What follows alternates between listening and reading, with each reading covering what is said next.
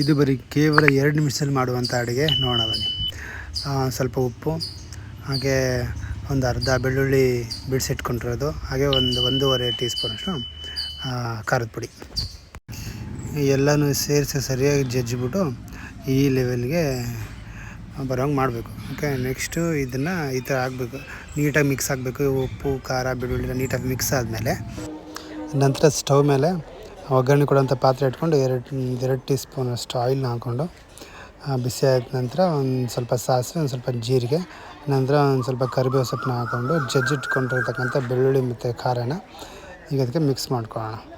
ಏನು ಆಗೋಯ್ತು ಅಡುಗೆ, 2 ನಿಮಿಷ ತಟ್ಟಂತ ಮಾಡ್ಬೋದು. ಸ್ವಲ್ಪ ರೈಸ್ ಇದ್ದರೆ ಏನಿಲ್ಲ ಅಂತಂದರೆ ಮನೇಲಿ ಬರೀ ಬೇಸಿಕ್ ಐಟಮ್ಸ್ನ ಯೂಸ್ ಮಾಡಿಕೊಂಡು 2 ನಿಮಿಷದಲ್ಲಿ ಅಡುಗೆ ಮಾಡ್ಕೋಬೋದು.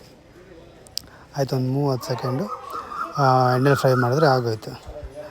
ರೈಸ್ಗೆ ಹಾಕ್ಕೊಂಡು ಊಟ ಮಾಡೋದೆ ಇಷ್ಟ. ಇದೇ ರೀತಿ ಇನ್ನೂ ಹೆಚ್ಚಿನ ವೀಡಿಯೋಗಳಿಗಾಗಿ ಅಥೆಂಟಿಕ್ ಅಡುಗೆ ಚಾನಲ್ನ ಸಬ್ಸ್ಕ್ರೈಬ್ ಮಾಡಿ ಹಾಗೂ ಶೇರ್ ಮಾಡಿ.